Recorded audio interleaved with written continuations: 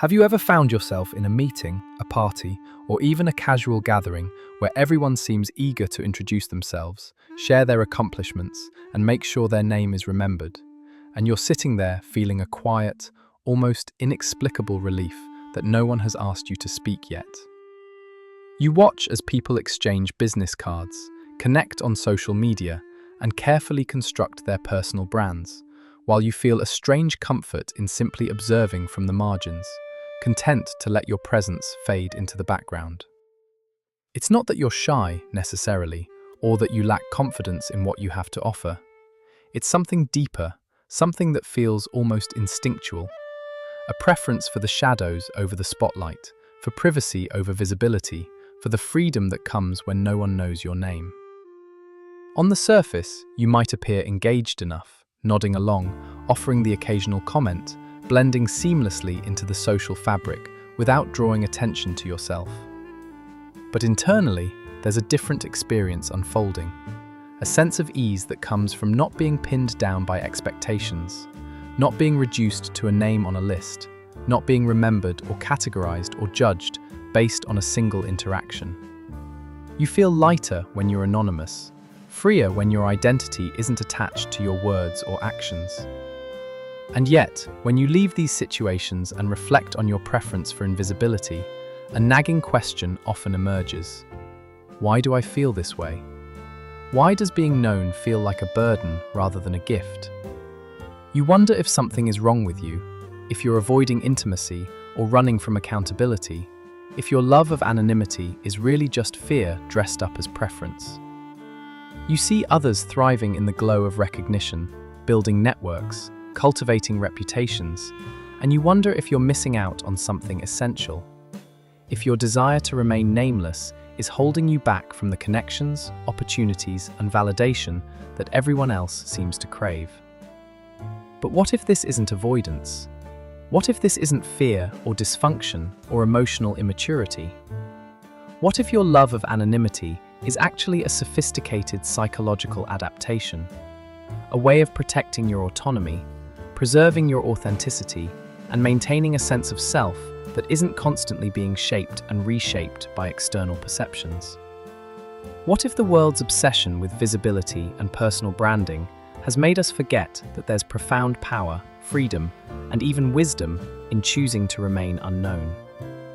When people notice your preference for anonymity, their reactions are often laced with confusion, concern, or even suspicion. Friends might wonder why you don't use your full name on social media, why you decline opportunities to be photographed or publicly recognized, why you seem so uncomfortable with praise or attention.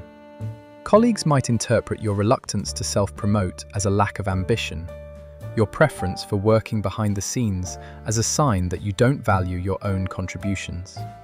Family members might worry that you're isolating yourself, hiding from the world, or struggling with low self-esteem. People make assumptions about what your anonymity means. They assume you're insecure, that you don't believe you're worth being seen. They assume you're avoiding responsibility, that you want to do whatever you please without consequences. They assume you're antisocial, that you don't care about building relationships or being part of a community. They assume you're running from something, a past mistake, a fear of judgment, a deep-seated shame that you're trying to keep hidden. But here's the real truth. Your love of anonymity isn't about hiding from the world. It's about refusing to let the world reduce you to a single, fixed identity. It's not about lacking confidence. It's about understanding that visibility comes with a cost. That being known means being interpreted, categorized, and held to expectations that may have nothing to do with who you actually are. You're not avoiding connection. You're protecting the quality of your connections by ensuring that people engage with your ideas, your actions, and your presence, rather than the curated persona that public identity demands. From an evolutionary perspective, anonymity has always played a crucial role in human survival and social dynamics. In small tribal communities, being known was essential for cooperation and trust. But even in those contexts, there were individuals who thrived as observers, scouts, and knowledge keepers who operated on the periphery. These were the people who could move between groups, gather information, and maintain perspective precisely because they weren't deeply embedded in the status hierarchies and social dramas of the tribe. Their anonymity was their strength. Neurologically, the brain's default mode network, the system responsible for self-referential thinking and identity construction, is constantly active when we're in social situations where our identity is being evaluated and reinforced. When you're anonymous, this network can relax. Your prefrontal cortex isn't constantly monitoring how you're being perceived. Your amygdala isn't scanning for threats to your reputation. And your hippocampus isn't filing away interactions as data points in your social resume. Anonymity allows your brain to operate in a more spontaneous, authentic, and exploratory mode because you're not burdened by the cognitive load of identity management. This is why anonymity works for some people and not for others. If you have a highly sensitive nervous system, if you're naturally introspective, if you've experienced situations where your identity was used against you or became a trap, your brain may have learned that anonymity is protective. For others, particularly those who derive energy and validation from social recognition, anonymity feels like deprivation. It's not better or worse, it's simply a reflection of different neurological wiring and different life experiences. For many people who love anonymity, the pattern begins in childhood, often in environments where being noticed meant being criticized, controlled, or burdened with expectations. Perhaps you grew up in a family where your achievements were immediately claimed by your parents as evidence of their good parenting, where your identity was constantly being narrated and interpreted by others, where you learned early that visibility meant losing control over your own story. Or perhaps you were the child who was always being compared to siblings, always being labeled the smart one, the difficult one, the sensitive one. And you discovered that the only way to escape those labels was to slip beneath the radar entirely. You learned that anonymity was freedom. On a physiological level, your love of anonymity may be rooted in how your nervous system responds to social attention. When you're in the spotlight, your sympathetic nervous system activates.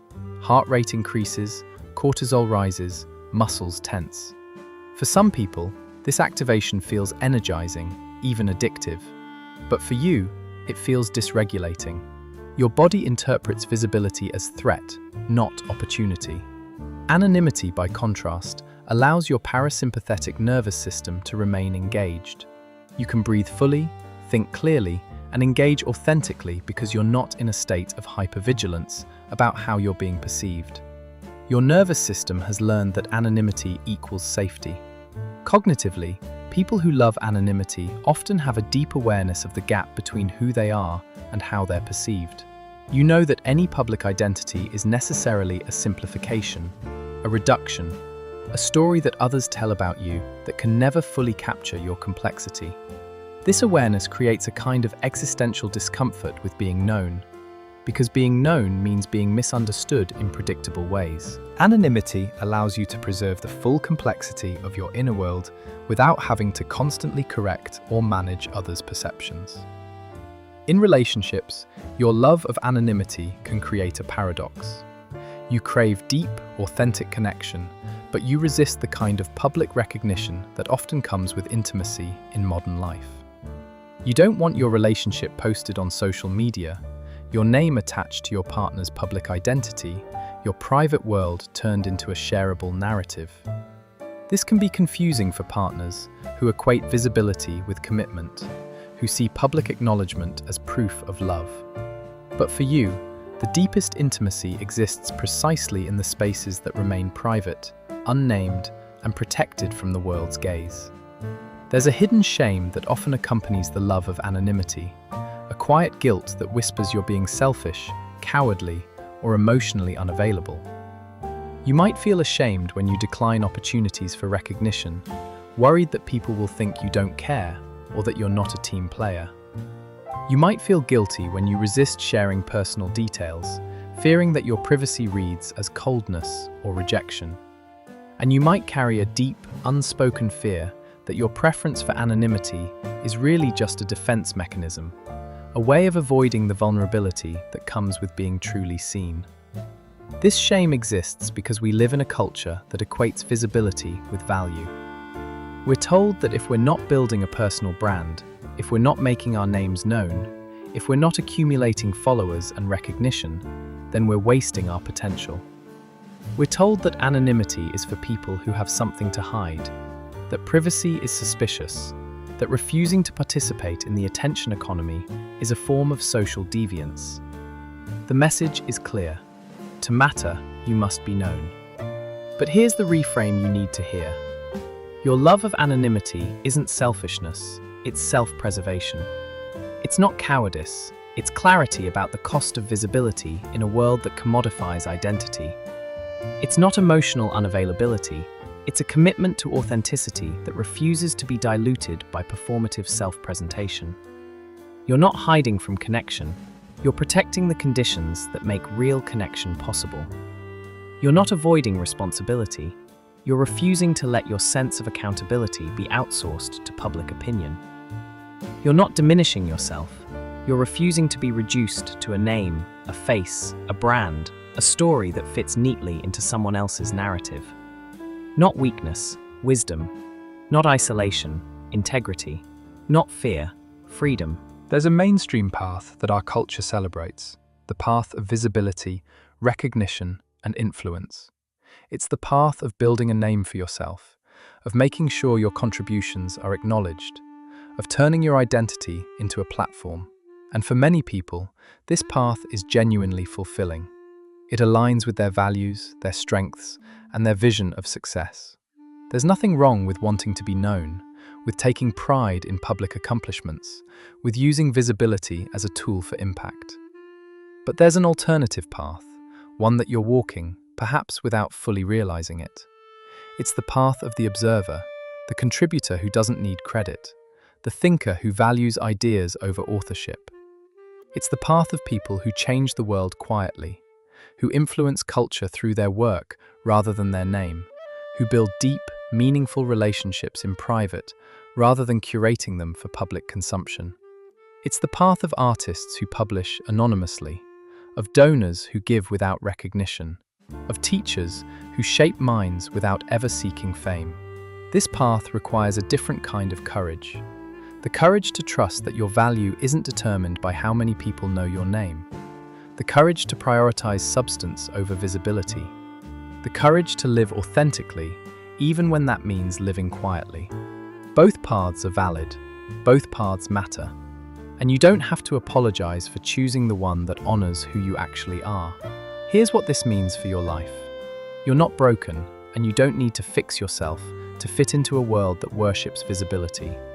Your love of anonymity is a compass pointing toward what you value most. Autonomy, authenticity, depth over breadth, substance over spectacle. It's telling you that your sense of self doesn't depend on external validation, that your contributions matter whether or not they're publicly attributed to you, that your identity is something you own rather than something you perform. What this means for your identity is profound. You are someone who understands that true freedom exists in the spaces where you're not being watched, not being judged, not being held to a persona. You're someone who knows that the most important work often happens in the background, that the most meaningful connections often exist outside the public eye, that the deepest integrity is lived when no one is keeping score. This isn't a limitation, it's a gift. And here's the hope. As you honor this aspect of yourself, you'll find your people, the others who value privacy, who respect boundaries, who understand that anonymity isn't absence, but presence of a different kind. You'll create a life that feels aligned rather than performative, relationships that are built on who you are rather than who you appear to be, and a legacy that matters regardless of whether your name is attached to it. If you've made it this far, you're part of a quiet community. People who choose depth over display, who value the freedom that comes with being unknown, who understand that not every meaningful life needs to be a public one. You're not alone in this preference, even if it sometimes feels that way. I'd love to hear from you. What's one moment when you felt the most free because you were anonymous? What's one situation where being unknown allowed you to be more authentically yourself? Share your story in the comments.